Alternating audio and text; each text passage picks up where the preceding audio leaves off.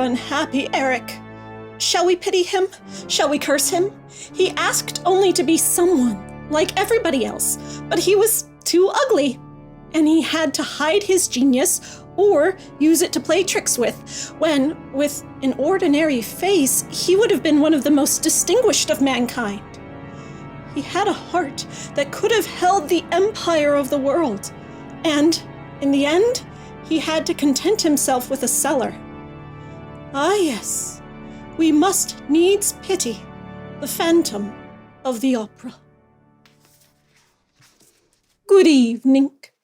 I am the Maven of the Eventide, and tonight I would like to talk to you about our Lord and Savior, Eric, the Phantom of the Opera. Just kidding, he's a total sewer gremlin. But he's my sewer gremlin.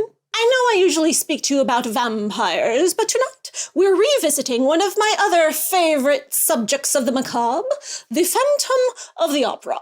Not long ago, I shared with you my entire Phantom of the Opera book collection as I was moving it from one library into this room, which is my Phantom of the Opera room, which also serves as the guest room in my humble abode. So on the rare occasions when I do have guests, they have to sleep surrounded by staring skulls and gruesome masks. It's a treat to visit my house. Yes, more than one relative child has been terrified in the night. Indoctrinate them young. At the time, I shared with you 147 Phantom of the Opera related books, either editions of the original novel itself or books that are spin-offs, retellings, or books about Phantom of the Opera. And since then, I have acquired more because, believe it or not, I did not have them all. And by making that video, you made me aware of some others that I did not yet possess. And also, since that time, more have come out because, believe it or not, the Phantom of the Opera is really popular and people love retelling his story over and over and over again. May it never end. So tonight, I'm going to share with you this stack of books, tell you why they're interesting and important, what's going on with Phantom of the Opera right now, as well as move on to a different part of my vast collection. We're going to talk about audiovisual media. I hope you like stuff, because boy do I have a lot of stuff. Let our video begin again with editions of the original novel by Gaston Leroux. As I explained to you previously, there are multiple translations of the Phantom of the Opera into English, as well as other languages, but English is the language I speak, so those are the ones I focus on. As I told you last time, there were 4 existing translations. However, since then, more have come about, so that is a very exciting thing. But first of all, as I said last time, the most popular translation is the public domain one. There is only one translation of the original French novel into English that is public domain, and that is the adaptation that gets reprinted over and over again by bookstores whenever they're issuing their classic series of classic novels with new covers, so of course you have to buy them all over again, even if you already own them, because the cover is different. And sometimes they have interesting forewords or introductions by scholars who are writing analytical essays about Phantom of the Opera, which are very fascinating to read. So since my last video, a few new editions have come out in that vein. This one is by Paper Mill Press. Very beautiful cover. It's not hard, it's not soft, it's kind of made of foam. It's very squishy. I love the silver and the embellishments, and on the back we've got a beautiful drawing of Christine. It doesn't have any additional forward or introductions or anything, it's just a straight up public domain text, reprinted with a pretty cover.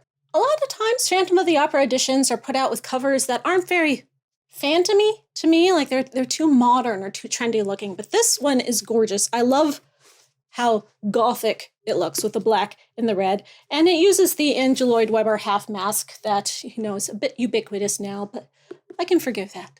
This is the Word Cloud Classics edition. As you can see, inside the mask is a word cloud of all the interesting words from the book. You've got Eric, Angel of Music, Opera, the Persian, Christine. They use the Andrew Lloyd Webber mask again. I don't know how they got the rights to do that. But it has beautiful end papers. We've got a depiction of the opera house, stalls and the boxes and everything, front and back. And again, it's not hard and it's not soft. It's kind of a fake leather feeling cover. Very pretty. I love it. And I would love to have a collection of this word cloud edition of all the classic novels. But if I did that, I'd just be drowning in classic novels all the time. On the top of each page, you have a little chandelier. Very cute. Word Cloud Classics is made by Canterbury Classics, and this one doesn't have any forwards or introductions either. But interestingly, it actually does credit the translator, which most Dematos translations do not do at all. Most people don't even know who translated Phantom, and a lot of people, when they get Phantom, they'll be like, which translation do I have? I don't know. It doesn't say. That's because you have the public domain one that doesn't say, but this one actually says. So good for you. This one is a Tales of Mystery and the Supernatural edition by Wordsworth Editions and includes an introduction by David Stewart Davies. It says it's based on the translation by Dematos, which makes me wonder, is it not exactly the Dematos translation? Did this editor change it somehow? I guess I should read his introduction and find out. All right, okay, this thing. So, if you search for The Phantom of the Opera by Gaston Leroux on Amazon, you will see this book. It is very cheap. It's like $2. And you can't tell how big it is when you see it. It looks like a regular book. It looks like book size. And I kept seeing it, and I was like, oh, it's just another edition of Dematos. It looks like a cheap self-published cover. But why does this keep coming up as a top result in the search results? What is it about the Amazon algorithm that keeps pushing this version, which I am sure is nothing special? So since it was only $2, I bought it to find out, and it is exactly what I expected it to be. It is a cheap, self-published, someone formatted it, squeezed into as few pages possible, has made this really cheap cover, and has just been selling it on Amazon as The Phantom of the Opera, the official book. It has absolutely nothing added to it. It looks like printer paper. It is terribly formatted. Yet the Amazon algorithm pushes it. So if you are shopping for a copy of The Phantom of the Opera by Gaston Leroux and you see this on Amazon, skip it. That is my advice. Please do not buy this book. It's terrible. Of course, I bought it because I have to buy them all. If you want to just read the book and you don't care what your copy's like and you're just like, I don't care if it's printer paper, you can read it for free online. You know, go to Project Gutenberg and read it for free online. It is a public domain text. You can read it on many websites, read it on your phone, print it out yourself. Probably cheaper than the $2 you pay for this book. Just because I'm kind of bitter about whoever it is profiting off this book, because at least put some effort into your ripoff of a public domain novel, please. Now we get to the more interesting editions. So this one is with a cover illustration by Lisa Falkostern by Dalmatian Press Classics. And it is annotated. I love annotated editions. It doesn't look like it's very well annotated. It just sort of has some like definitions in the footnotes. Like, how is this annotated? It claims it's annotated, but yeah, there's some footnotes added. Not that great. It's definitely not a full annotated edition, but it does have a very beautiful cover by Lisa Falkenstern for ages 14 and up, not for the young at heart. Another annotated and illustrated edition, edited, annotated, and illustrated by M. Grant Kellermeyer, M.A. It's from Old Style Tales, and this illustrator has done tons of classic novels where we take a classic novel like this and illustrate it, annotate it, and release this edition with some really cool art. This picture of our boy. His annotations are hilarious, by the way. He's like, footnote, Raoul continues to miss the forest for the trees. Red Death, Christine going through the mirror. Typical Raoul, and to be fair, a typical 20-year-old male raised by doting women, Raoul's encounter with the Phantom will teach him a priceless lesson in humility. I love this guy. He's so snarky. As for other translations, I have acquired another copy of the Lowell Bear translation because you can never have too many copies of Lowell Bear. Whenever I want to introduce someone else to the Phantom of the Opera, I tell them, don't read Dematos, read Lowell Bear. So I always pick up extra copies because I'm always giving them away. And I always run out. And I think I was down to just one, so I had to get another one. So add that to my stack. Also, it is one of my favorite covers of all Phantom editions because it's very romantic and it's kind of reminiscent of the musical imagery, yet totally different if you actually look at it. So not a ripoff, but still has the same energy. And now for the exciting part, new translations. So back when I made my video, I told you about 4 translations. Dematos, Lowell Bear, the 2 big ones, and then 2 other very tiny one-off translations that only got printed once. But since the before times, 2 new translators have come out with translations, and They're very different and very interesting. The translation by Muriel Ribert and David Coward. Now, Muriel Ribert is French, and I've been told her translation feels more romantic. It's more poetic. And I've been told that David Coward, who is not French, his translation is more academic. It's a little more cold, but perhaps a little more accurate, which again is the contradiction we saw between the Lowell Baird translation and some of the other translations in the past. Me personally, I prefer the more poetic translations. I would rather have the feeling that I think Gaston Leroux wanted to evoke with his word choices as a French person and how those French words had connotative meaning to the French audience at the time, rather than a very academically correct translation like some of the other ones are. David Coward is also to be noted for the Phantom of the Opera fanfic he's written and published, which I don't actually own yet. It's on my list. Books I don't own. Oh my gosh. I have not yet read in full either of these translations yet, but I have flipped through them to compare things, and the differences are really interesting. And I'm so glad that more people in this era are translating Phantom. So the translation by Muriel Ribert, and I apologize for my lack of French accent, is by Penguin Classics, and you can find it by looking up Penguin Classics. It has an introduction by Jan Matlock. This is the revised edition that came out in 2012. With additional information by the translator, so it includes a chronology, an introduction, further reading, and a translator's note that talks about her choices. So some really interesting stuff in here besides just the novel itself. And I have read the translator's note, and it's really interesting to hear her explanations for why she made some of the choices she did with her words and her French translations to English. The David Coward edition also came out in 2012, so it's cool. We had sort of like competing translators fighting to the finish line, and yet very different results. And this edition includes an introduction by David Coward, textual note, a bibliography, chronology, an appendix about the Paris Opera House, and exploratory notes. And this edition is by Oxford University Press, which you can find by going to oup.com/worldsclassics. Speaking of David Coward, I'm now excited to show you something very special. This beautiful edition comes in a slipcase. Look at this book.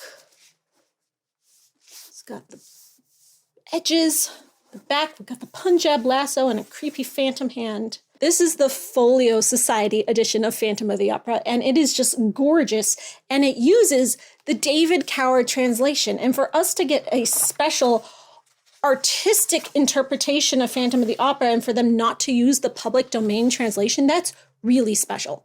Besides just the cover and the end papers, we have illustrations throughout. And it's introduced by Simon Cowell and illustrated by Taylor Dolan, the London Folio Society. And this just came out in 2019, and I actually got it kind of as a Christmas gift right around 2019. And it's so beautiful. Just look at these illustrations. I love this interpretation of Raoul. The Persian in the torture chamber. Oh, it's just so gorgeous. And this, along with my Easton Press edition, which I've also called my Pride and Joy. Okay, I can have multiple prides and joy. It goes on the shelf of honor. Now, of course, Phantom hasn't just been translated into English. It's been translated into dozens of languages the world over. Phantom of the Opera is for everybody. I don't usually buy the other languages because I can't read them, and I have so many books already. Have to draw the line somewhere, don't I? But I could not resist this Spanish edition because it is illustrated, and I will always be a sucker for illustrated editions. El Fantasma de la Opera, Alma Clásicos Ilustrados. Pardon for my lack of Spanish accent. It is illustrated by David Chapoulet. Beautiful end papers. You see this like a wallpaper? The illustrations are in black and white. They're so detailed. They kind of remind me of the illustrations in the Greg Hildebrandt book. There's our boy. Raoul and the Persian in the torture chamber. The scorpion and the grasshopper. I know it's very hard for you to see, but I love the way the Phantom's face is drawn. Very book accurate. Even though Christine and Raoul aren't drawn very accurate. I'm not here to highlight anyone's copyright about sharing images from books, but just to give you a tease, if you like illustrated versions of Phantom of the Opera, this one has a ribbon on it. This is very exciting. So I mentioned in my video that I didn't actually have a copy of Phantom of the Opera in the original French, except for a very beat up old pulp paperback mass market novel. So someone sent me this one, which is gorgeous, gilt edges in French. It's just the original French book, beautiful end papers. And it has Phantom of the Opera, of course, but along with it, all of Leroux's other books. His most famous books anyway, Mystery of the Yellow Room, Perfume of the Lady in Black, The Man in the Night, etc., etc. This edition is by La Bibliothèque des Classiques. And I cannot really read French very well. I can kind of pick it out, but this has been an excellent resource so far in going from trying to compare these translations and these translations back to the original French and say, well, which uses the more accurate word? Let me find that word in the French edition, and then I'll use Google Translate to translate it and see how it comes out, and then I can compare and see who's saying what and why they would choose that word for Phantom of the Opera. This book is so beautiful. And of all the books that are inside this book, they chose to put Phantom on the cover. This drawing of Phantom looks very much like the Claude Rains movie version, which I approve of, some variety. Not everything has to be inspired by Andrew Lloyd Webber's version. This book I'm very excited about. This is a book that I've been aware of for a long time. It came out in 2009, but it was always kind of too expensive for me to justify buying it for myself. But I got it as a Christmas gift. So now I have it. Thank you very much. This is Phantom Variations by Anne C. Hall. It is a non-fiction book.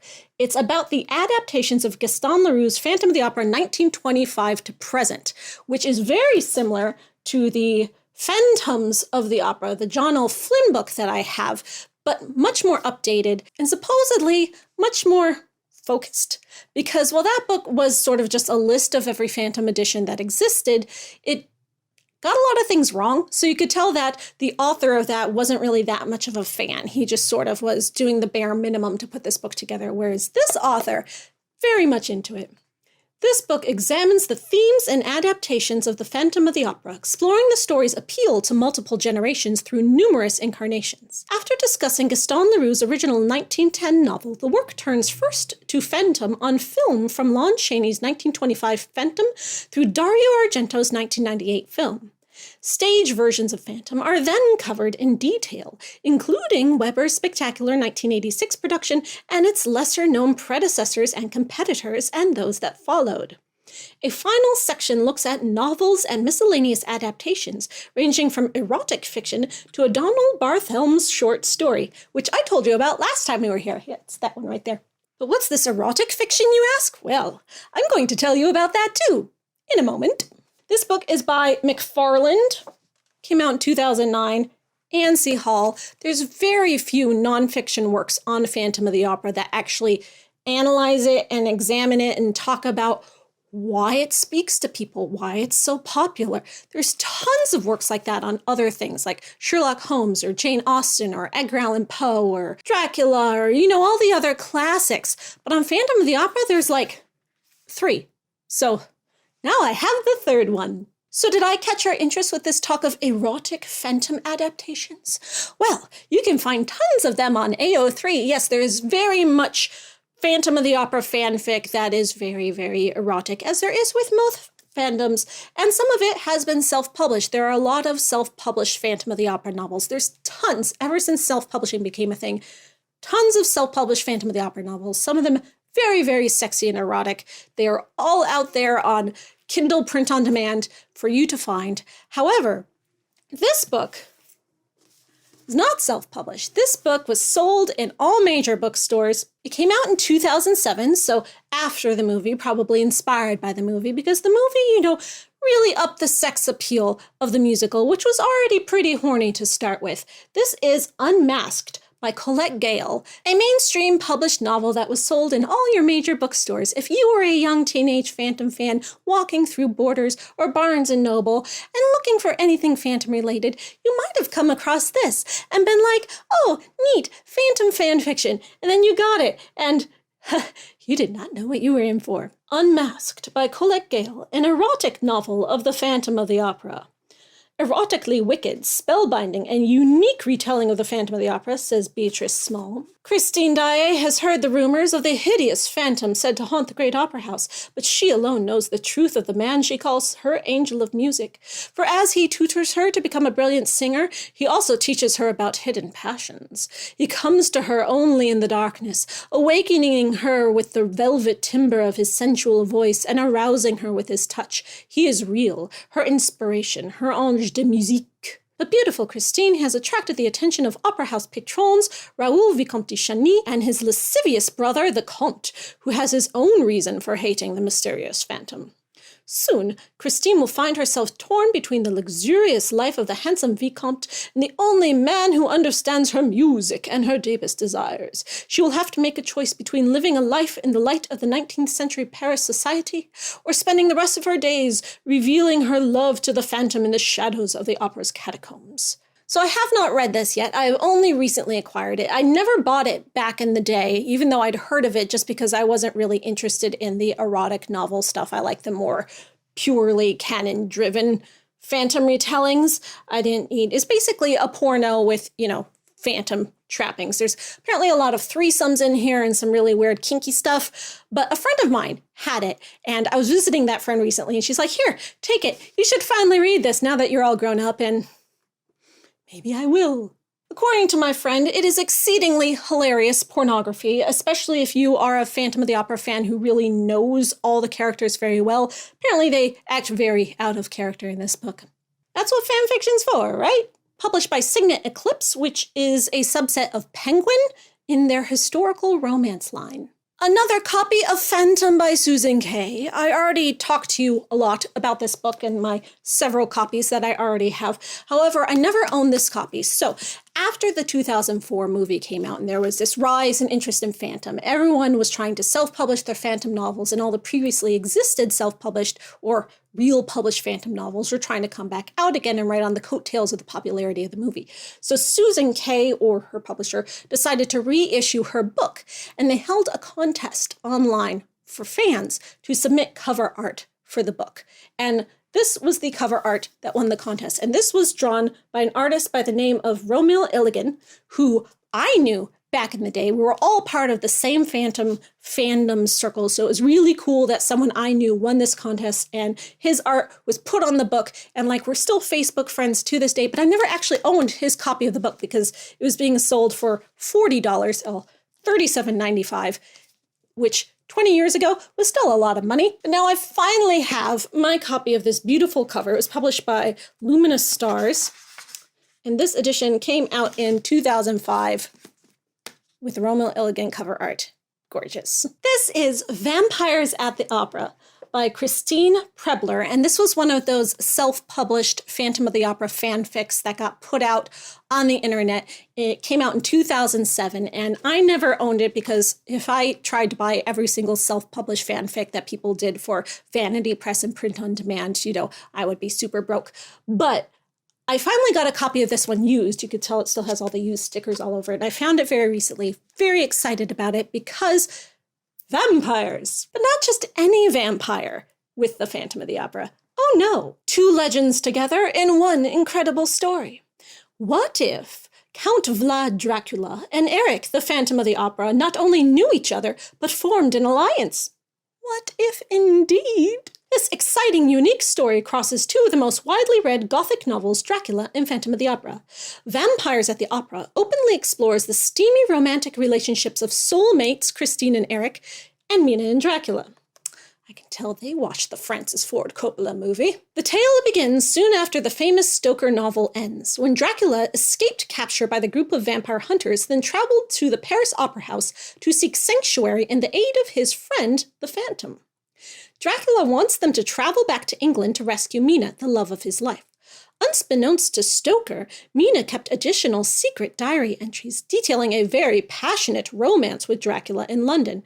Oh, I guess Francis Ford Coppola found those diary entries, and that's what he made his movie out of. Yeah, that makes sense. First, however, Dracula must solve Eric's situation with his lover, Christine Daae, dealing with the inept but earnest Raoul, the Vicomte de Chagny. Christine wants him out of the way so she and the Phantom can remain safe and happy, living beneath the opera house. Once the Phantom's dilemma is resolved, the two monsters plan their journey back to England, where they discover Mina is now pregnant with her husband Jonathan Harker's child. What's a vampire to do? Bring Mina back to Paris, turn her into a vampire, or leave her to live as a mortal in England. Enjoy this dark, erotic tale of two legendary monsters. See, it says a dark, erotic tale of two legendary monsters. That makes me think the eroticism is between Dracula and Eric, but I highly doubt that's the case, so I think I may be disappointed. However, it does sound a lot of fun, and I really do want to read this, and I was trying to get my vampire book club to read this book together, which we may do sometime in the near future, because it is an older self-published novel. It is kind of harder to find. However, I did find this used copy very cheap for only a couple dollars, so maybe you can too. Now we have some new mass-published YA books that are Phantom-inspired, which is a thing lately. Yes, I love this timeline we are living in for this reason only, that we are having an influx of YA Phantom of the Opera-inspired books. This is The Jumbie by Pamela Keyes. Can she trust her heart to a voice in the dark? Thrills, chills, electric romance, a Phantom of the Opera with a Caribbean twist. When Esty Lagarde starts theater school on Caribe, she's determined to step out of the shadow of her late father, a famous actor. But on an island rife with superstition, Esty can't escape the darkness. In the black of the theater, an alluring phantom voice known only as Alan becomes her brilliant drama tutor.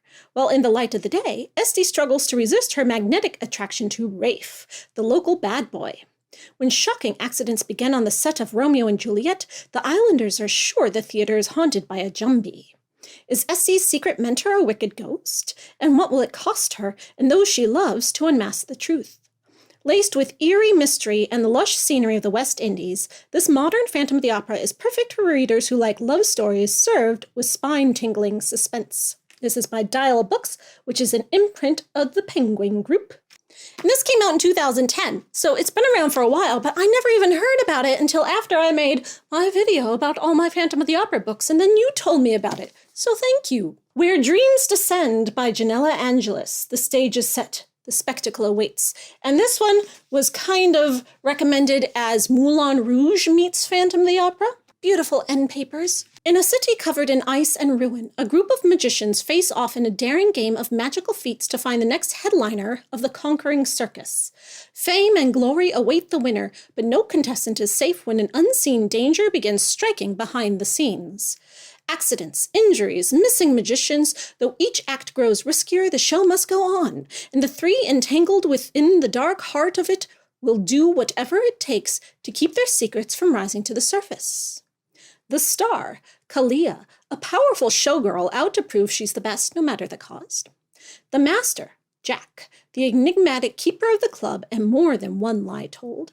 The magician, DeMarco, the brooding judge haunted by a past he can no longer hide. Little do they know, on a stage where love, lies, and illusion collide, nothing ever escapes the spotlight, especially in a game with no way out. So a bit more loosely inspired by Phantom, not a straight-up retelling, but because Phantom was used so heavily in the marketing of this, everyone thinks of it as a Phantom of the Opera book, and you know, the cover certainly helps. Very excited to read this and see just how phantom-y it is. And this just came out last year, brand new. Sing Me Forgotten by Jessica S. Olson. Destruction is a music all its own, enchanting, lush, and decadent. Ista does not exist, at least not beyond the opulent walls of the opera house. Cast into a well at birth for being one of the magical few who can manipulate memories when people sing, she was saved by Cyril, the opera house's owner. Since that day, he has given her sanctuary from the murderous world outside. All he asks in return is that she use her power to keep ticket sales high, and that she stay out of sight. A female Phantom? Yes, please. Thank you. But Ista breaks Cyril's cardinal rule when she meets Emmerich Roden, a charming boy who throws her quiet, solitary life out of balance. His voice is unlike any she's ever heard, but the real shock comes when she finds in his memories hints of a way to finally break free of her gilded prison. Haunted by this possibility, Ista spends more and more time with Emmerich, searching for answers in his music and his past. But the price of freedom is steeper than Ista could ever know, for even as she struggles with her growing feelings for Emmerich, she learns that in order to take charge of her own destiny, she must become the monster the world tried to drown in the first place. Gender-swapped magical fantasy phantom? Thank you. I'm so happy this exists. This is published by Inkyard Press, and it just came out this year, so it is super brand new. So get on it. I'm very excited to finally own this, which is a children's book from the Adventures of the Bailey School Kids, which you may remember if you're my age from back when we were very little children. Back in the 90s, it's a scholastic book, the kind of book you would get in scholastic book fairs. This came out in 1998, but I never read it at the time. I never owned it. It was a little after my time, this particular book in this series, even though, like, Vampires Don't Wear Polka Dots was when I was a kid. This is Phantoms Don't Drive Sports Cars. Who is that racing around town with the fedora and the cape and the violin case? Can't be the Phantom if he's driving a sports car. I finally got a used copy of this in excellent condition. Thank you so much. There are some pretty weird grown-ups living in Bailey City, but could the strange man who plays in the orchestra, wears a cape, and always has one side of his face shaded really be a phantom haunting the opera? The Bailey School Kids are going to find out. Those nosy little jerks. Mind your business. I love any series that does the Monster Mash supernatural kitchen sink things that does include the Phantom. Like, yes, he's human. He's not technically a monster, but he's part of the monster pantheon, and he should be included because he is the best one. The Usborne Young Reading edition of The Phantom of the Opera, based on the story by Gaston Leroux, illustrated by Victor Travers. This is a gorgeous hardback children's book, fully illustrated version of Phantom of the Opera. Every single page is illustrated. It's absolutely gorgeous. It has a ribbon. It's glossy. It's got gold embossed front. I love this. There's no date on this. I don't know how long it's been around, but it's new to me. I used to obsessively collect all illustrated children's versions of Phantom, and I missed this one because it came after my time of most serious collection. So I'm guessing within the last 10 years. But if you look for the Usborne Young Reading, it's in series 2. Pretty easy to find if you just look it up. Beautiful. Abridged down for children to help indoctrinate them young into the Phantom of the Opera. Similarly, we have the Essential Classics Phantom of the Opera retold by Pauline Francis. And this one came out in 2010. And it is also illustrated, not as heavily illustrated, but it does have a lot of pictures. Not very good pictures, like you see the Phantom's mask is off, he just looks like a dude. But there's still pictures, and they're in color, and it's glossy. And I love to see how authors retell Phantom for kids, like how they kidify it, the interesting things that they leave and take out. Essential Classics are a quick way to some of the most exciting classic novels. Includes glossary and a reading quiz. What's in the reading quiz? Test yourself. Answer these questions. Why did Christine Daae replace Carlotta as Margarita in Faust? Why was Raoul surprised to see Christine in the opera? Where did Christine come from? Where did Christine come from? What did Christine see when she pulled off Eric's mask? The love of her life? Exercise 2. Are these sentences true or false? Christine rushed off the stage because she was not singing well. The Persian hates Eric. Raoul and the Persian saw a rat catcher in the passage underneath the opera house. Eric was born in Persia. Eric killed Raoul's brother. Well, you know, who knows, true or false? The book doesn't even really make that clear. I mean, it's implied he kills him, but it's also implied that he didn't mean to kill him. So maybe it was an accident and he just drowned. Like, you know, that's one of those contested things in Phantom fandom. Did Eric kill Philippe? Probably. But is there room for doubt? Could a court convict him? No. Here's a fun one. This is a Creeperilla von Cracklefleur book by Geronimo Stilton, The Phantom of the Theater. And as you can see, they are mice who wear clothes. It's a scholastic book. Fully illustrated. Some real cool formatting. Illustrated cast list. This came out in 2012. Why have I never heard about it until now? Meet Creepella von Cacklefur. Creepella is an enchanting and mysterious mouse with a pet named Bitewing. By night, Creepella is a special effects designer and director of scary films, and by day, she's studying to become a journalist. Oh, she's just like a dude, just like a normal person who's just, you know, a goth. That's awesome. The Phantom of the Theater. The famous opera singer Violetta von Cacklefur is in Glumeria to perform at the Royal Mousetropolitan Theater, but the mischievous Phantom of the Theater has an old grudge against her. It's up to Creepella and Geronimo to track him down in the theater's spooky basement before the curtains rise and ruins the show. So I wonder if the premise is that she's directing this movie and this whole like thing is just a movie that she's putting on. That's cool. They're mice. It's cute. I love it when children's book series have a gothic premise in general. Yes. Speaking of children, this is something I've had for a long time, but I forgot to share with you last time because it's not really a book. I mean, it is a book, but it's made of cloth. This was handmade by an artist on Etsy, and it was given to me at my baby shower when I was expecting. It is a children's cloth book of Phantom of the Opera, little literary classics, exciting retelling of the Gaston Leroux novel, handmade by Melissa Neiman Maricopa from Arizona. It's a very cute little children's retelling of Phantom done in 5 minutes or less. It's adorable. Yes, it was technically a gift for my child, but, you know, they don't mind sharing. This is awesome. This came out in 2009, but I never heard of it, and then I just randomly happened to find a used copy. And if you try to find this, it is super expensive, but I found it for a really good deal, and it's in excellent condition, and I just feel so fortunate that I happened upon this. This is The Phantom of the Opera, illustrations by Anne Bachelier, and I thought it was just a book of Gaston Leroux's novel with illustrations attached, but it's not. It's an art book, just an art book of her art inspired by Phantom. The book isn't in here. There's some small quotes from the book, but it's character design concepts and just gorgeous art that I wish I could hang on my wall. They do sell prints. This website is still active. Go to Anne Bachelier and CFM Gallery. Look them up. You can buy these prints. They're very expensive. They're gorgeous. You can see there's some quotes in here, some of the drawings, but a precious, precious thing that I will cherish always. Look at this gorgeousness. Speaking of art, something else new that just came out last year is this Phantom of the Opera graphic novel. It's a full novel done as a graphic novel, brand new. It's a passion project of the artist Varga Tomi.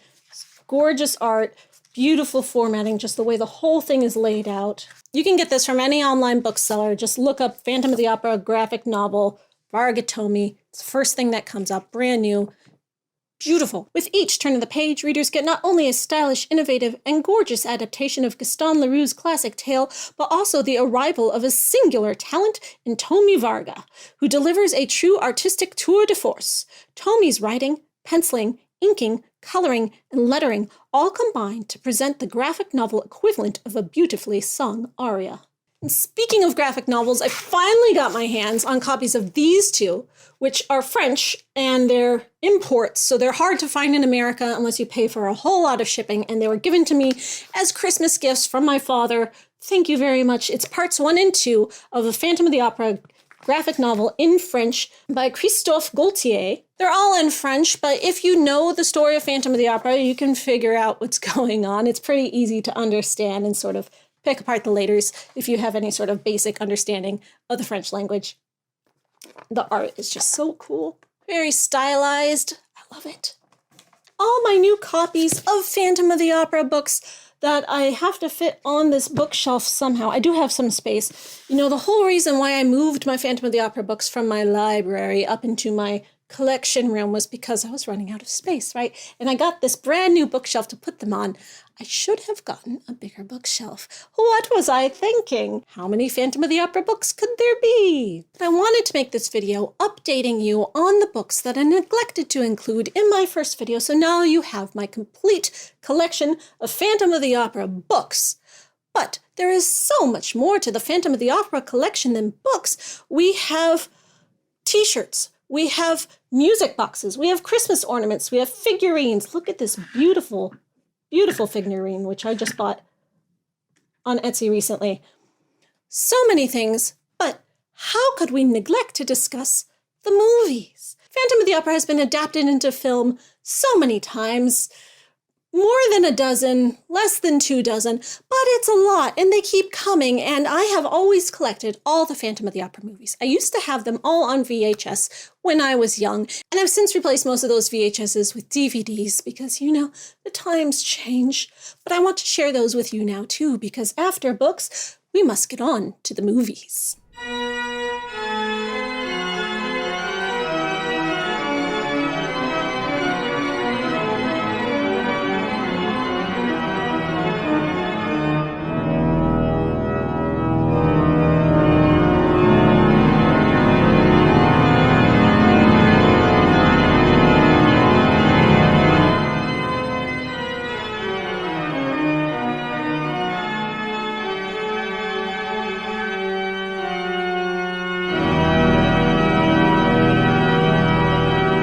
did you think I was done? So there are about a dozen Phantom of the Opera film adaptations that are actual films and actual adaptations of Phantom of the Opera. There are also several other filmed things that are connected to Phantom of the Opera that, of course, I also have and will also discuss.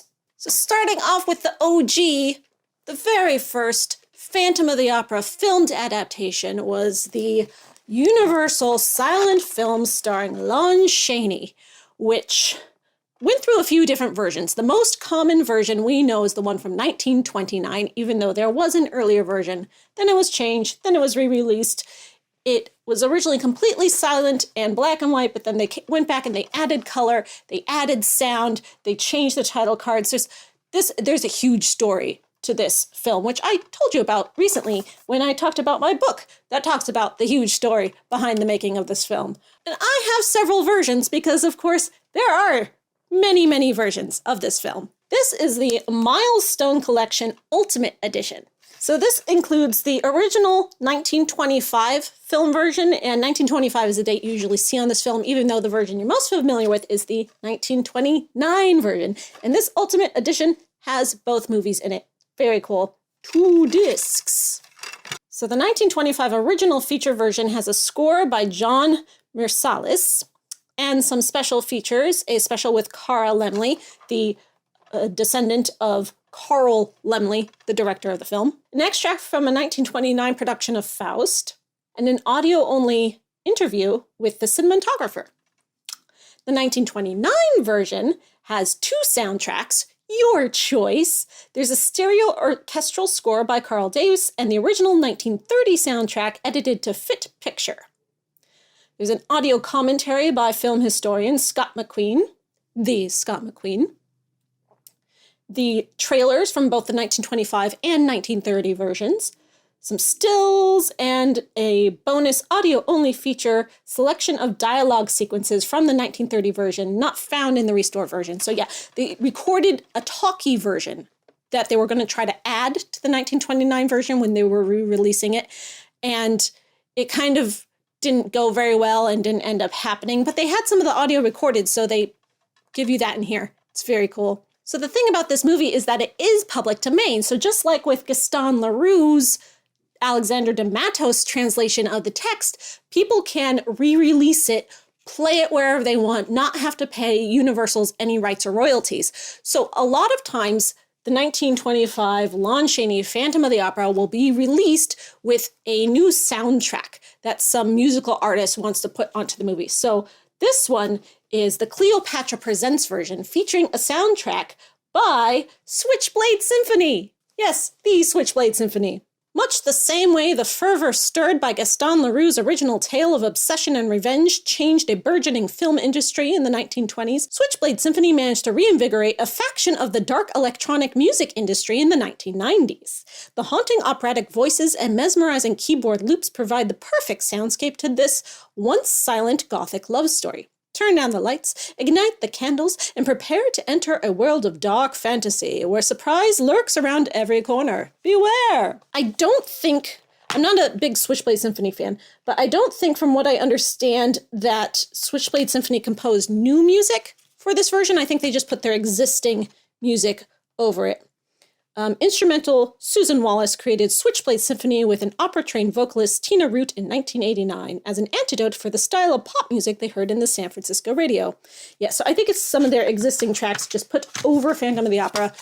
Very cheap and easy to produce, and I'm sure they made plenty of money off of it with their fans and people like me. So I had tons of VHS versions of the Lon Chaney movie back before DVDs existed with all different soundtracks, all different commentaries and stuff. And I got rid of most of them because most of them were pretty cheap. Those kind of like people self-published them just because they could.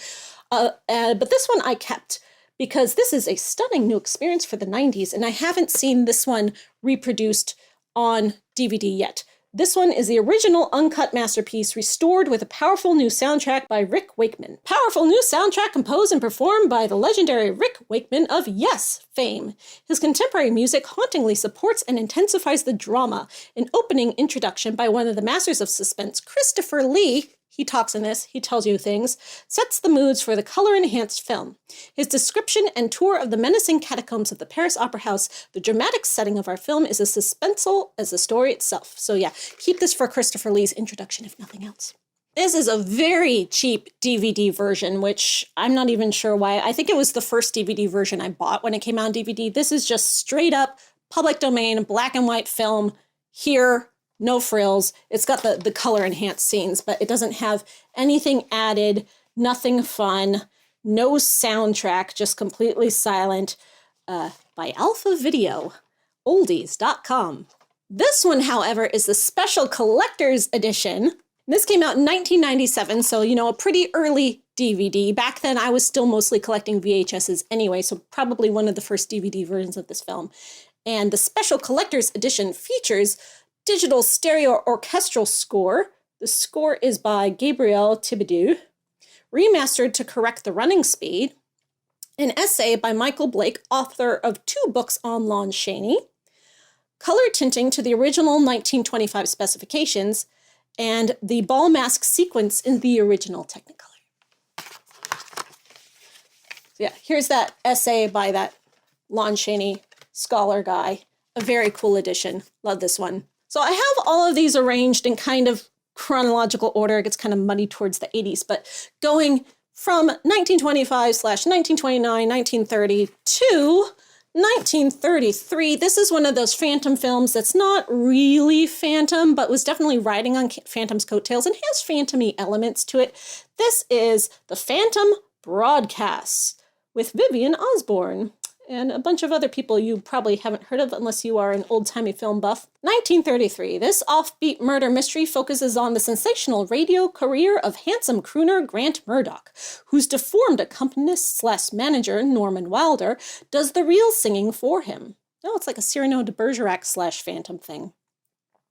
An underworld promoter attempts to persuade Murdoch to drop Wilder so he can manage his career, but Murdoch is obviously unable to accept and refuses his offer. The disgruntled racketeer then sets out to liquidate Wilder, but without success. Meanwhile, a love triangle develops that pits Murdoch against his phantom voice, and the stage is set for a murderous showdown. So not a straight-up adaptation or modernization of the novel, but it's got a phantom character doing phantom-y things, which counts, which we love. One film version I don't have, which is very old-fashioned black and white film, not silent, it's a talkie, is the Chinese film Song at Midnight. I don't have any physical copies of that. I have digital copies, but I do not want to neglect to mention the movie Song at Midnight, the old black and white Chinese film.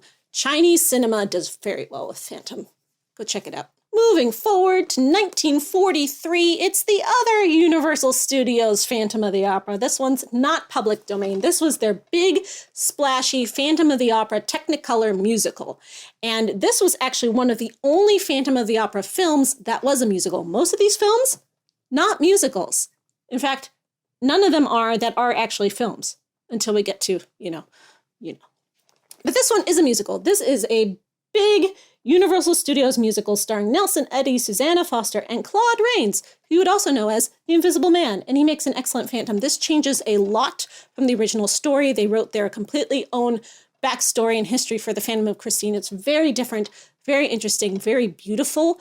Susanna Foster is like 17 in this movie, and she does a pretty good job for a child. She's a very good singer. But the thing about this movie is that it has 2 Raoul characters. Yes, they thought in the days of the Code that it would be weird for Christine to have a love triangle with the Phantom.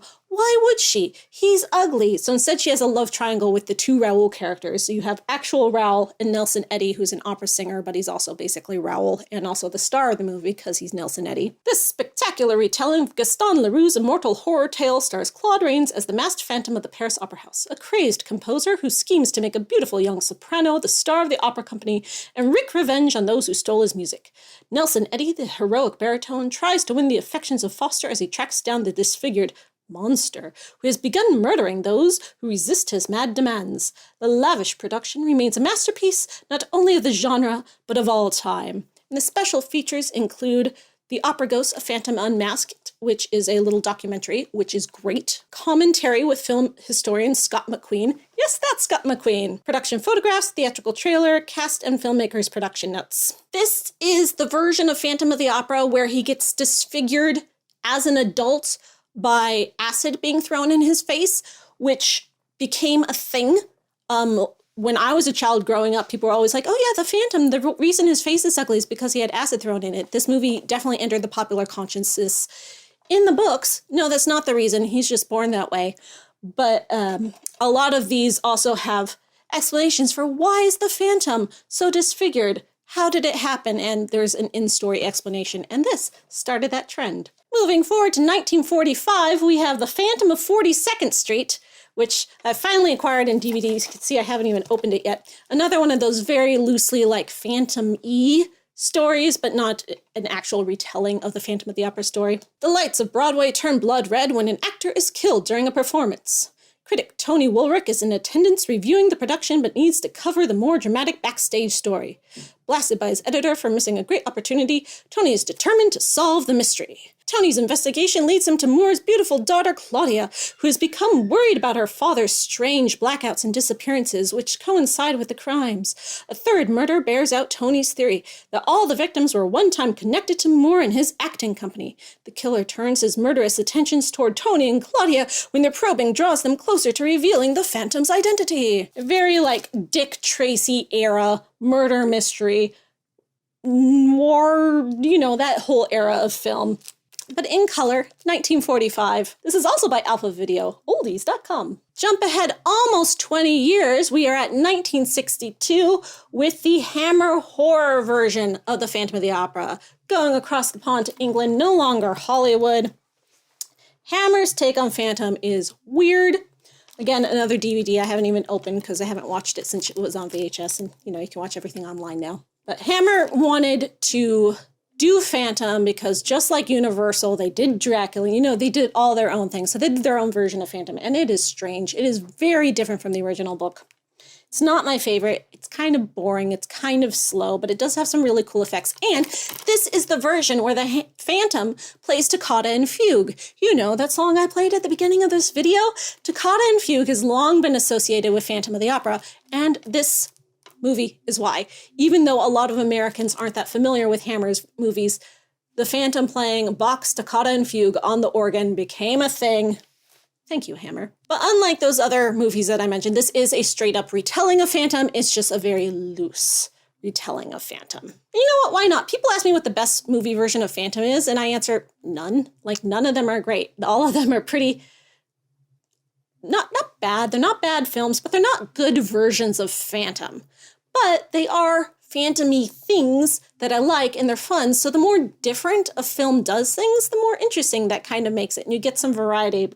There maybe will one day be a definitive version of Phantom. Lon Chaney does have a lot of points that are very close to the original story, but then it changes some very frustrating things. This is a very different version.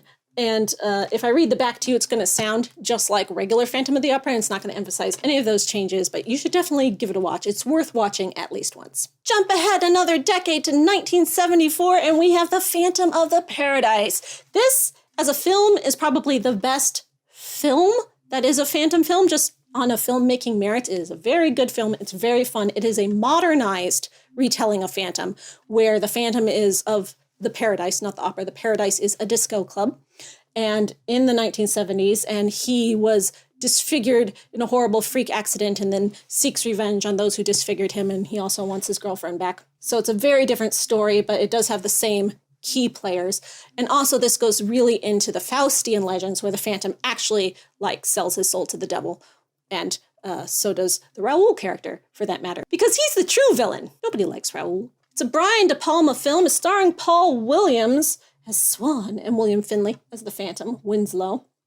Very funny. A spectacular celebration of horror movie nostalgia. Yeah, this movie has a big cult following. I think in Canada there was like a complete Phantom of the Paradise convention that used to happen often. Paul Williams wrote the acclaimed rock and roll score for this musical horror classic. Yeah, it's not a musical the way the Universal one is a musical, but it does have music in it. It's, while they're performing at the disco club, a couple songs get sung. Stars an evil record tycoon haunted and taunted by disfigured composer he once wronged.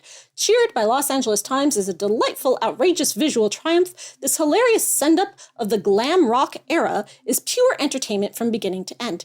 See, that's what makes this movie so great, is that it's not just retelling Phantom for Phantom's sake, it's using Phantom to make a statement on a societal thing. So the glam rock era had certain cultural things that went along with it, taboos, tropes, problems, perks, and this is making a commentary on society of this era by using Phantom to do that, which is great.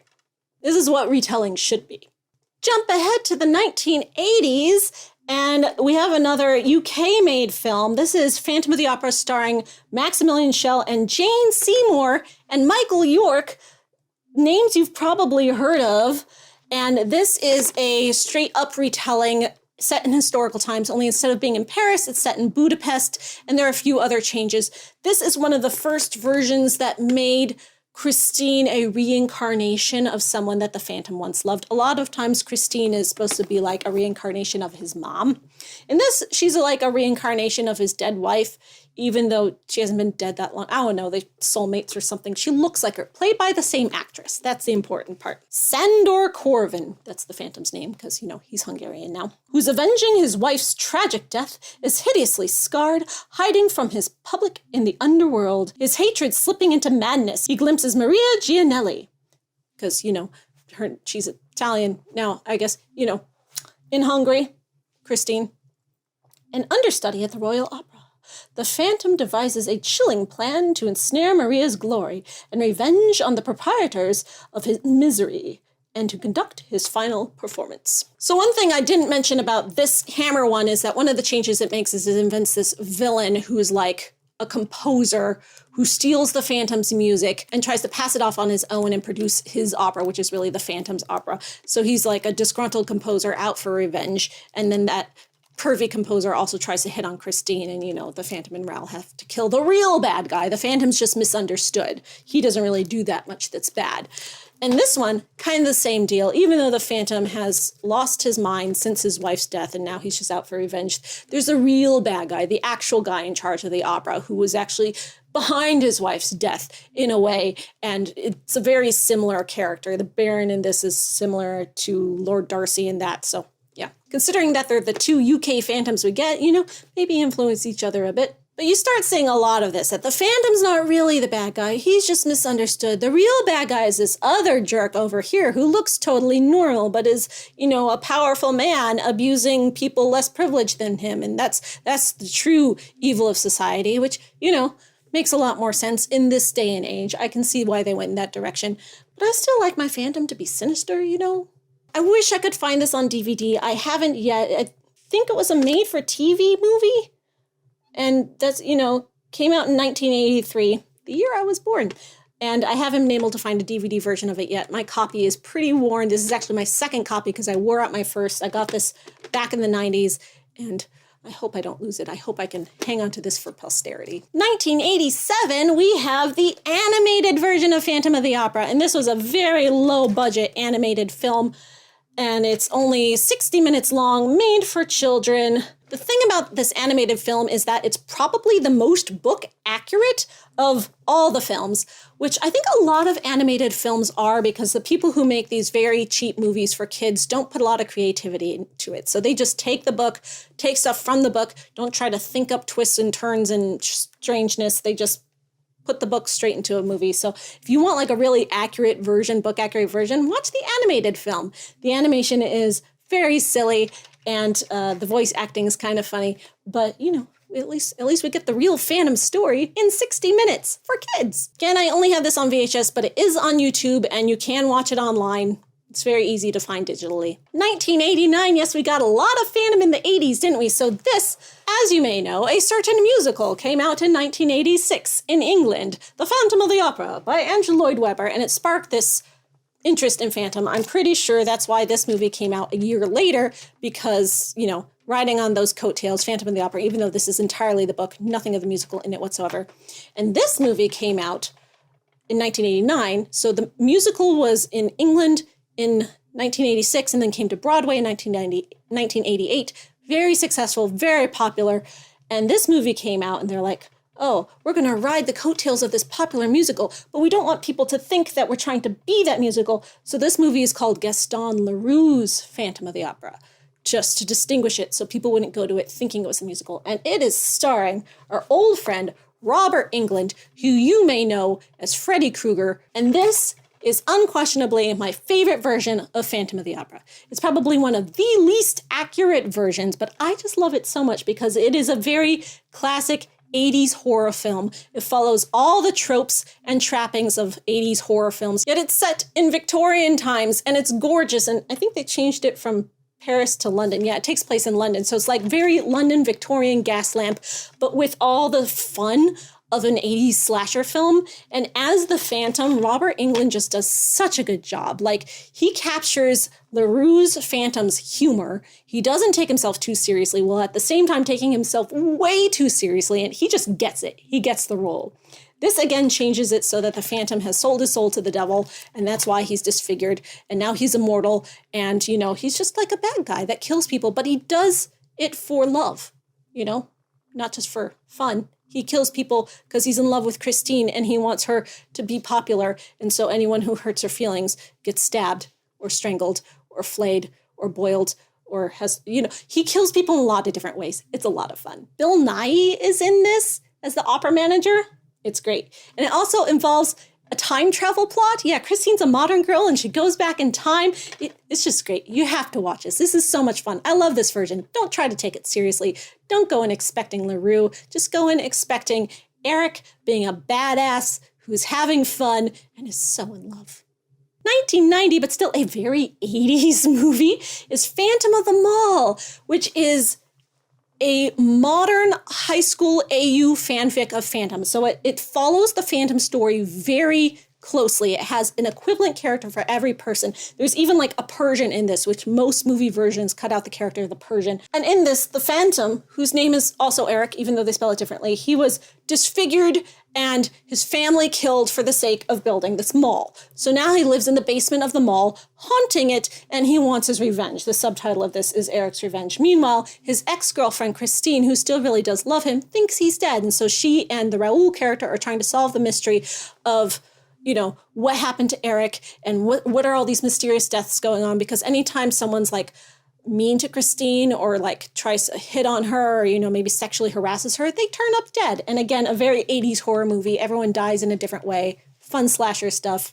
Morgan Fairchild plays the manager, the mall manager. This is tons of fun. I wish I had it on DVD. I need to find a copy of this on DVD. It has to exist, right? Or I guess Blu-ray. I don't know. Whatever the kids are using these days. I want it to last. This tape is it's getting worn out. I don't even own a VCR anymore. How will I watch you?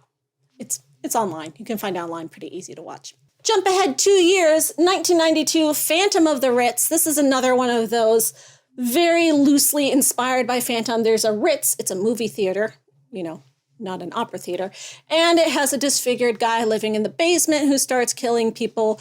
Much of the rest of the story is not very phantom-y, but you got the basic premise. There's a theater and it has a Phantom, and it's a fun movie. The Phantom is not very, I don't like him as a character because he's just this weird murderer guy. He's not very Eric-ish. When the Phantom rocks, heads are gonna roll. When Ed Blake buys the boarded-up Ritz Theater, he gets more than he bargained for, one angry ghost. The renovation is plagued by bizarre accidents, and his decorator girlfriend disappears. Before the Ritz can rock and roll to the sound of the fabulous 50s, it's like a movie theater, but they're going to turn it into like a nightclub where they play like retro 50s music, which is exactly what they did in Phantom of the Paradise. It was a 1970s disco theater that they played retro 50s music in because of the nostalgia wave. Somebody's going to have to deal with the Phantom of the Ritz. This came out in 1988. What did my copy say? The artwork is from 1992 because, you got to do revised artwork for the VHS release. So this even predates Phantom of the Mall, Phantom of the Ritz. Phantom of the Mall is the infinitely superior film. Another 1990, this one is not a film. This is a pro-shot stage musical.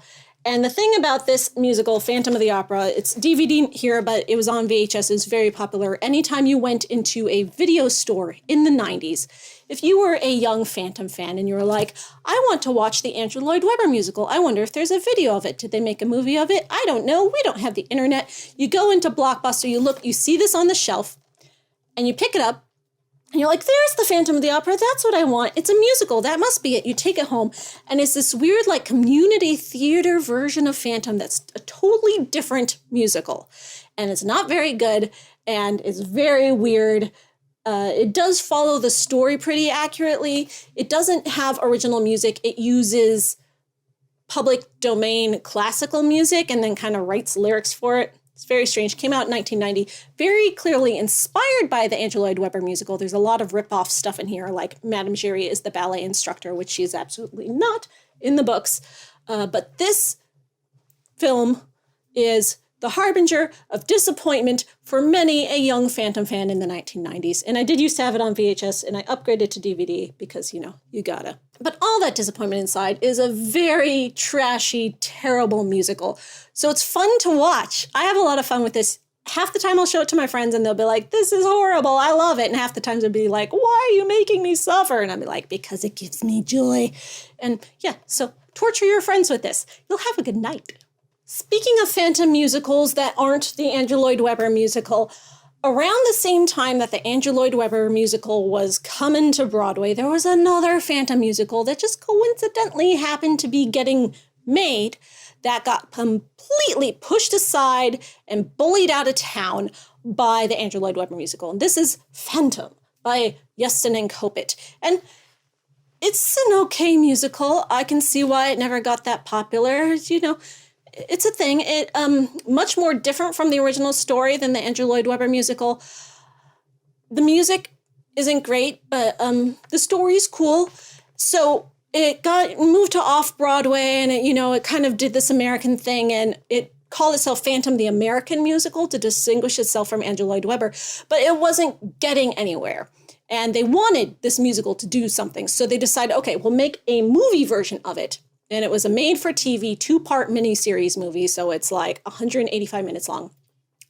But we'll take out all the songs, so it won't be a musical in this movie. We'll just make a movie, a TV miniseries called Phantom of the Opera, which will be different enough that it can ride the coattails of the Andrew Lloyd Webber. It'll get our script, our story out there, and we'll at least still make some money off this property that we slaved away at and just happened to have horrible timing, and Andrew Lloyd Webber bullied us away.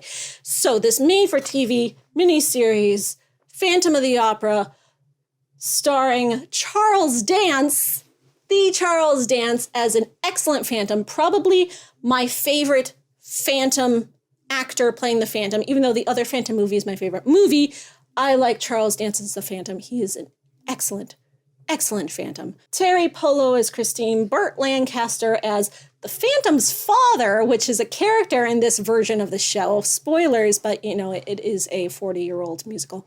And considering that it's a 2-part miniseries that is 185 minutes long, it is very long and slow and drags. But as a teenager, this just hit every emotional point for me. I love this version. I don't rewatch it a lot because it is so slow and it's not very fun, but it is so romantic and so beautiful.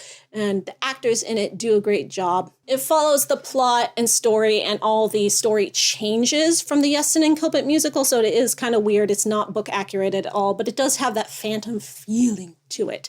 And the actors are just phenomenal. 1995, The Phantom on Ice. This is, again, it's not a film. It's a pro shot of a stage musical, except the stage is an ice rink and it's done on ice, and it does have music.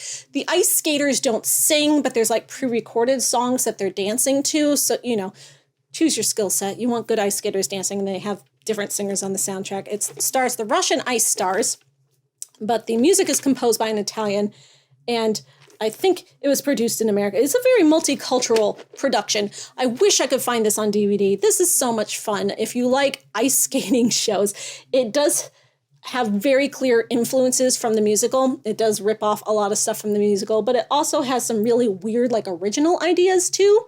And then also it has some stuff that's a lot more book accurate than some of the other versions. So I just love Phantom on Ice. Want it on DVD. If you know where I can get this on DVD in America, I'd appreciate it. I know it's available in Europe and I think the UK, but there's no way to ship it to America unless, like, you know a guy. So if you know a guy, let me know. Phantom on Ice. I love it so. Italian director Dario Argento decided it was his turn to do a version of Phantom of the Opera in his typical Italian horror movie style. So he cast his sexy daughter, Asia Argento, as Christine, and actor Julian Sands as the Phantom, and released this very different movie. This is notoriously spurned by Phantom fans the world over. Everyone hates this movie. I don't know anyone who actually thinks it's any good. And this, the Phantom was like the penguin in the Batman movie where he's like put into the sewers and then the penguins find him. Only in this, it's rats. So the rats find the Phantom, they rescue him as a baby and they raise him. So he's raised by rats. So the Phantom kind of thinks he's a rat. He's not deformed. He kind of looks like Fabio, but he's deformed on the inside because he thinks he's a rat and society rejects him. So he's into Christine. He can, like, speak to her psychically. They have a psychic connection. She's got a boyfriend who it's the regular Phantom love triangle story, but there's a lot of weird subplots for the sake of this being a horror movie. A lot of people die in interesting ways. The rat catcher is a major character. It's a really weird movie. It will make you angry. Mysteriously, a series of terrifying accidents and brutal murders leaves a bloody trail in the subterranean caverns of an opera house basement. Born into the murky sewer waters below the theater stalks a man/monster raised by creatures of the underworld. So that makes them sound really badass, but they're not just creatures of the underworld, they're just rats. The Phantom's dark and grotesque life is shattered when he becomes obsessed with the beautiful young singer, seducing her with his chilling but exotic presence. The blood-curdling terror and disturbing eroticism of this classic story make this horror film one that will haunt your dreams forever. Well, ain't that the truth? My dreams are haunted. So this version I have includes the full frame and the widescreen, because that was back when DVDs wanted to make sure you had both, and it's the unrated director's cut. So think about what that includes. It has Dolby 5.1 surround sound, a photo gallery, filmographies, theatrical and video trailers, Spanish subtitling in case you need it, a Fangoria article, an interview with Julian Sands himself, and behind-the-scenes footage. So for a very long time, this was the last Phantom we got, and we were all like, it's killed the Phantom adaptations. We'll never get another Phantom movie again. The Phantom movie industry is dead. R.I.P. And then, of course, Andrew Lloyd Webber came along and finally made his version of Phantom into a movie, which I'll get to. But back, then, we just didn't have any way to watch the Andrew Lloyd Webber musical. Like, unless you lived in New York and could go to Broadway, or the tour came to your town and you could afford tickets, there was no way to see the Andrew Lloyd Webber musical in whole as a musical or a movie version of the musical.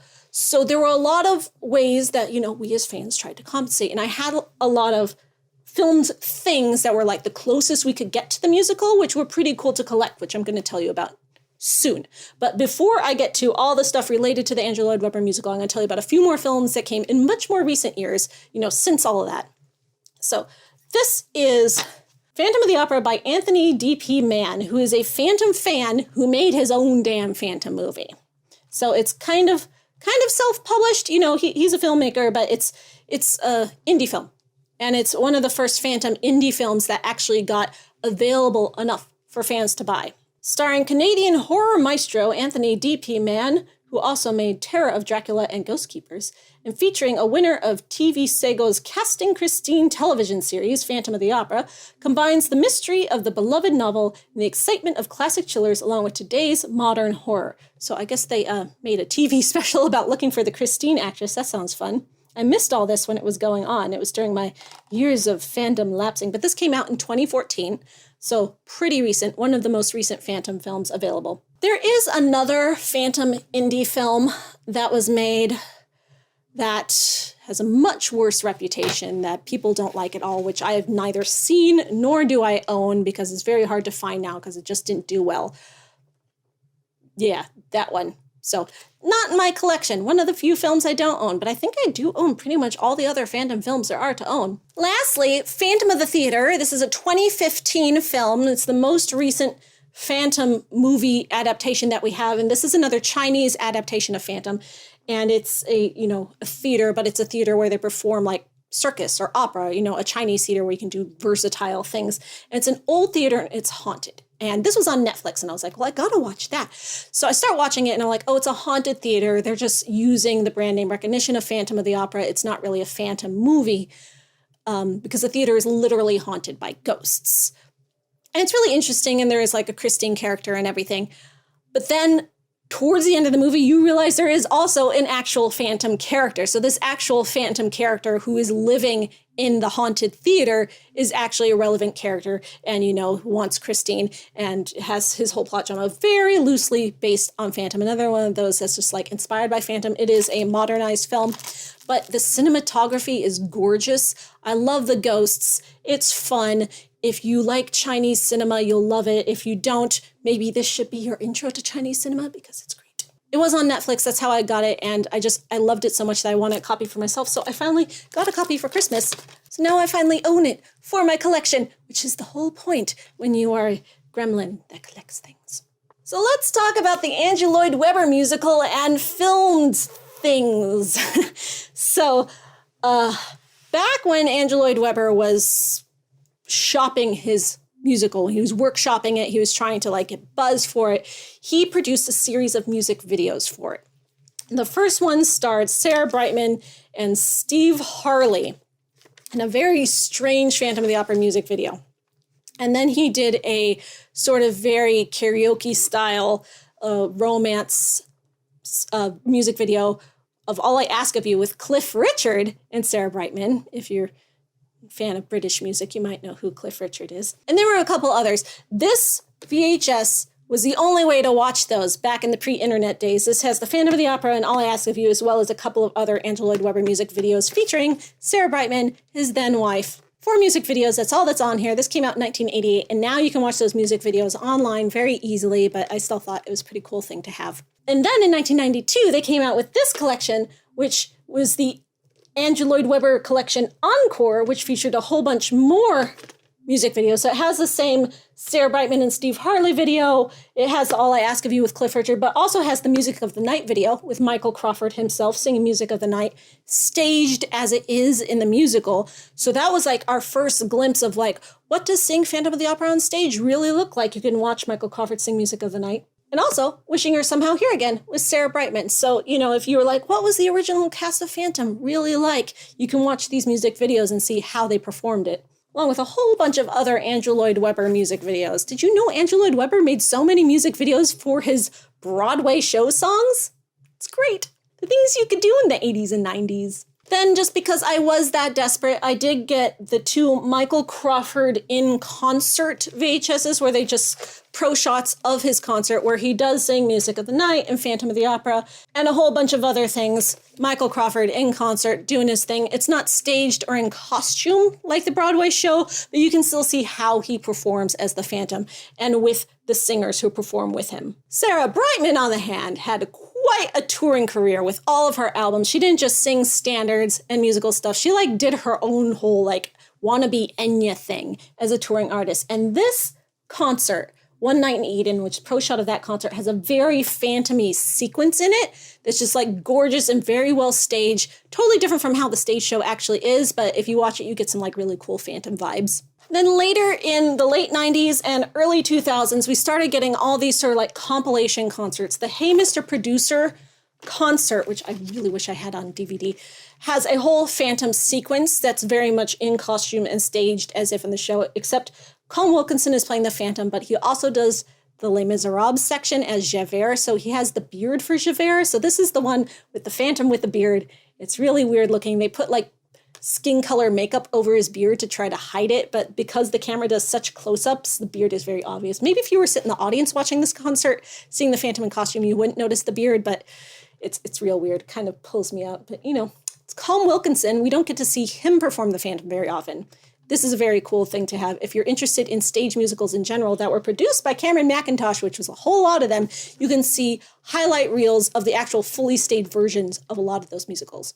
Andrew Lloyd Webber Masterpiece Concert, live from the Great Hall of the People in Beijing. It has a whole Phantom section in it, stars Western stars along with Chinese stars. Similarly, the Andrew Lloyd Webber Royal Albert Hall Celebration Pro Shot, and in this one, the Phantom section, we're back to Sarah Brightman. She's seeing Christine, but the Phantom is sung by Antonio Banderas. Of all people, Antonio Banderas is singing the Phantom, and this was because when Andrew Lloyd Webber was working on his Phantom movie, which he'd been working on for 20 years at this point, he's like, I really want to make that Phantom movie. So he was thinking about Antonio Banderas playing the Phantom in his movie. So this was kind of like that trial run to let's see how people like Antonio Banderas as the Phantom, and he performs the Phantom of the Opera with Sarah Brightman in this, along with a bunch of other Phantom songs. It's not in costume or really staged, but they do go all out with the choreography. They do the whole Music of the Night, Phantom of the Opera, sexy hands choreography. So it's a fun way to watch it. But as we all know, Antonio Banderas didn't get cast as the Phantom in the movie. That was Gerard Butler, and that movie did finally come out in 2004 after Andrew Lloyd Webber had been trying to make Fetch happen since 1986, and I have two versions of the Andrew Lloyd Webber movie, because I'm that kind of nerd. So this is the 2-disc special widescreen edition. The 2-disc special features include Explore the Phantom's World in Dazzling Depth, Behind the Mask, a story of the Phantom of the Opera. That was on one of our other DVDs. The Making of Phantom of the Opera in 3 spellbinding acts. Pre-production, the director, and production. No One Would Listen, additional scene. That was a song they wrote because they wanted to win Best Oscar for Song. This version I bought because it was a special box set, because of course you have to get the special box set. It came with, what is this, swag? Look, I got postcards, art. I should frame these, not that I like this movie, but they're pretty. In my special box set, I got a 2-disc DVD film set, one with the movie, the other with the bonus features, which include all the same. It's got the Making of the Phantom of the Opera and Behind the Mask, and a special featurette of the music recording, production design, and much more. But also, in this box set is the soundtrack, which now I can listen to the music on CD form, because, I just want Gerard Butler crooning in my ear. But speaking of CDs, of soundtracks, I have tons of Phantom of the Opera soundtracks, and music inspired by Phantom of the Opera CDs, and I was going to tell you all about my Phantom CDs. It's just a handful. I have so many more in this video as well, but considering how long this video has gone on so far, I think we need a separate video to talk about all of my audio adaptations of Phantom, not just my editions of the Andrew Lloyd Webber musical, which I do have many, but I have so many other CDs and music made by artists that's Phantom of the Opera in some way, adaptations of the novel in music form that I do want to tell you about, but that's going to have to be a separate video, along with all the artwork on my walls, all the knickknacks on my shelves, the t-shirts in my drawer, the costume pieces I have, all the memorabilia. I have so much Phantom stuff. I'm thinking this is going to be a whole series of videos for you, just telling you about this. But, back to the movies. We're talking about Phantom movies, right? After the debacle, that was the 2004 film version of Phantom of the Opera, we finally got the Pro Shot version of the actual stage musical. It is not a Pro Shot version of the actual stage musical, I should refrain. It's a concert version. It does use a lot of the choreography and staging from the musical, but it's not a full set. It's not full stage effects. It's kind of like the closest you can get in a concert hall, but full costume, full acting. Everyone is doing their thing. This is the Royal Albert Hall, Andrew Lloyd Webber's 25th anniversary edition. This came out in 2012. And if you want to watch the musical Phantom of the Opera, this is the way to do it. This is the only way to do it, short of buying a ticket and going to see it on stage. However, post-COVID, they are changing the musical a lot. They're making it a much smaller cast, a much smaller orchestra. The sets are smaller. There's going to be no real way to see the full grandeur of the original show, except by going to the West End or Broadway. And even that's been up for debate. It might not be for long. Phantom does get staged in countries all over the world. There's a big production in Korea right now. It's never going to die. Phantom will always live on. They'll just keep making the production smaller because they want to maximize their profits. And it's either that or raise the price of seats, and tickets can only go so high, especially for a 30-year-old show that everyone has already seen. If you're wondering what this is the Andrew Lloyd Webber soundtrack, but with it came a copy of the Lon Chaney movie, which is why it's here in my DVD collection, because it has a Lon Chaney movie. It's very similar to the Lon Chaney DVDs I was showing you earlier, but this is mostly a soundtrack audio CD, so I'll talk about that when we do talk about audio recordings. So lastly, in my Phantom of the Opera filmed things collection of official filmed movies, I have the pro shot of Love Never Dies, which, if you know anything about me, you know how I feel about Love Never Dies. It's not a good musical, but, as far as pro shots go, it's a well-done DVD. It's pretty. It looks good, so, quality product here of an inferior stage thing. Love Never Dies is Andrew Lloyd Webber's official sequel to Phantom, where he just wrote a fanfic sequel of his own, and it's a whole story. I'll tell you about that some other time. I've told you about it before. Watch those videos. So yeah, I have that video. It's in my collection. I have to own it because, you gotta for the collection. That is the most recent filmed adaptation of Phantom that I own. There has been talk of a new version of Phantom that's getting made. We'll see if it actually happens. It's been in the news. I'm looking forward to it. I hope they keep remaking film versions of Phantom over and over again. If you want to know more about film versions of Phantom, there's another YouTuber called The Phantom Reviewer who has talked about all these movies that I've just discussed in actual critical videos. And I totally didn't steal my idea of a Vampire Reviews channel from him in any way whatsoever. So you should look him up. As a bonus, I can tell you about this. These are all things that were taped off of TV, right? So this is a David Copperfield special that was based on Phantom of the Opera. If you Google David Copperfield Phantom, you'll see what that's about. It's really interesting. David Copperfield was a stage magician back in the 90s who was very popular, especially with moms, much like Phantom. This is the 17th Annual Kennedy Center Honors Celebration of Performing Arts, which honors Harold Prince and shows a staged clip of Phantom of the Opera. How during the Tonys they'll do clips from musicals? It's like that kind of performance where they brought the Phantom cast and they did a little show. From 1994, Ancient Sins. This is the tape from TV of the Night Court Phantom of the Courtroom episodes. Night Court was a TV show about a court that happened at night. It was a sitcom back in the oldie times, and they did a Phantom of the Opera-based episode, which was very hilarious. I love this. It's very enjoyable to watch. This is Phantom of Hollywood, which is another one of those movies like Phantom of 42nd Street, Phantom of the Broadcast, Phantom of the Ritz. It's very loosely based on Phantom, but it is a Phantom movie. I didn't include it in the earlier pile of movies because, as you can see, I only have a recorded bootleg version. It's not even in a case. Phantom of Hollywood. It exists. Look it up. It's worth at least one watch. This is a VH tape of world performances of Phantom. So I bought this on eBay back in the 90s. Someone watched TV of any time someone in the world was performing Phantom on TV and taped it and collected it into this world performances cassette. I don't even know how I would show this to you. I don't even have a VHS player.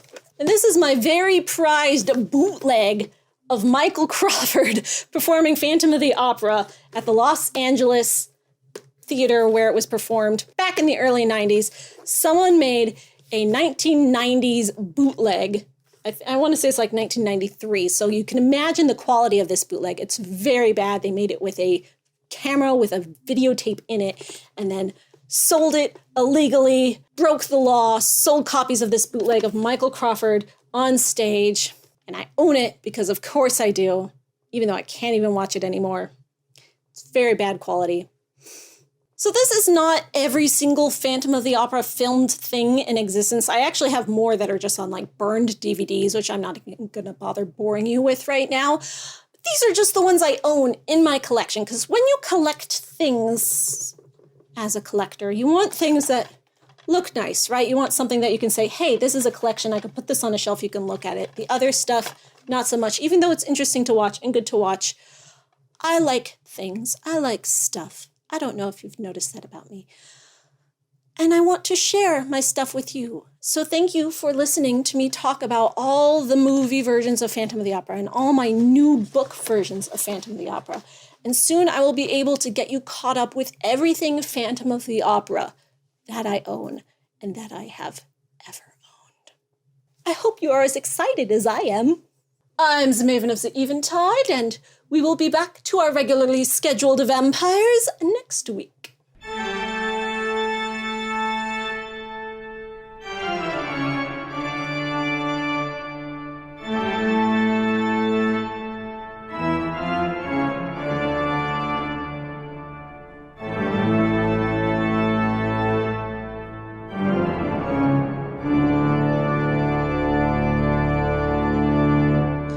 Oh, no, he didn't.